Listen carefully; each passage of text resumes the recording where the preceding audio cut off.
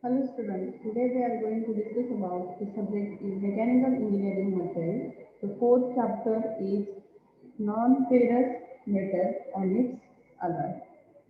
In that, the one topic is remaining bearing material and types of bearing material. Now we can see here the first is introduction of bearing. The bearing supports moving a part such as a shaft and spindle of a machine of mechanism. Bearing may be classified as the roller bearing, like ball bearing, plain bearing, rolling contact bearing are almost invariably made of steel that can be hardened after machining. Next one is both plain carbon and alloy like nickel, chromium, molybdenum. Steel are employed for a different application. The property of a bearing material. A bearing material should first possess a low coefficient of friction, provide hard wear resistance surface with a tough core, have high compressive strength, have high fatigue strength, be able to bear shock and vibration, and last one possess a high thermal conductivity to dissipate heat generated due to friction between the bearing and the rotating shaft. The types of bearing material are the lead or tin based alloy, aluminum based alloy, copper based alloy, silver based alloy, and one more is self lubricating bearing. Now we can see here lead or tin based alloy. In that the high tin alloy with more than 80% tin and little or no lead, the high lead alloy with about 80% lead and 1 to 12% tin.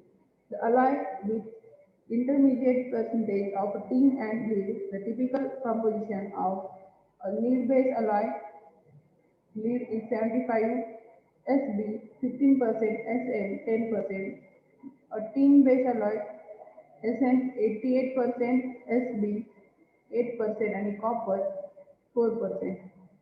The aluminum-based alloy, in that chemical composition, aluminum 91%, 91.5%, tin 6%, copper 1%, nickel 1%. The small amount of silicon is used with the microstructure consists of nickel aluminum, copper aluminum in the matrix of aluminum solid solution. Next one, the alloy possesses excellent corrosion resistance, fair comparability to journal, good ability to embedded dirt, good seizure resistance, good thermal conductivity, high coefficient of expansion. These alloy find application as a bearing in diesel engine and tractor. Next one is copper-based alloy. In that chemical composition, the copper 80 to 85%, tin 10 to 15%, and lead 10%. The term bronze cover large number of copper alloy with varying percentage of tin, zinc, and lead. The bronze is one of the oldest known bearing material. The bronze is easily worked, has a good corrosion resistance, is reasonably hard. Next one, the tin bronze, 10 to 14% tin remainder copper is used in the machine and engine industry for bearing loops made from thin wall bronze tubes. The copper-based alloy are employed for making bearing required to resist heavier pressure such as in railways. The silver-based alloy. The silver bearings are produced by electrodecomposition of zero point 0.3 to zero point 0.5 mm layer of silver on a steel support shell with an intermediate layer of copper and nickel. A 0.02 to 0.03 mm of lead is then deposited on top of the silver and indium diffused into the lead by heat treatment at 180 degrees Celsius. This covering will aid in improving the running property and corrosion resistance of silver clear. These are the highest price alloy. These are employed where the material don't produce satisfactory results. These alloys are used on the connecting rod bearing of aircraft engine. Next one is porous self-lubricating bearing.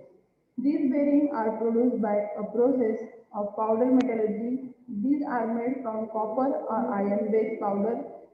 The bearing made by this process having 40 to 50% porosity. These pores are impregnated with oil under pressure. The oil from the pore slowly comes out surface, the purpose of lubrication.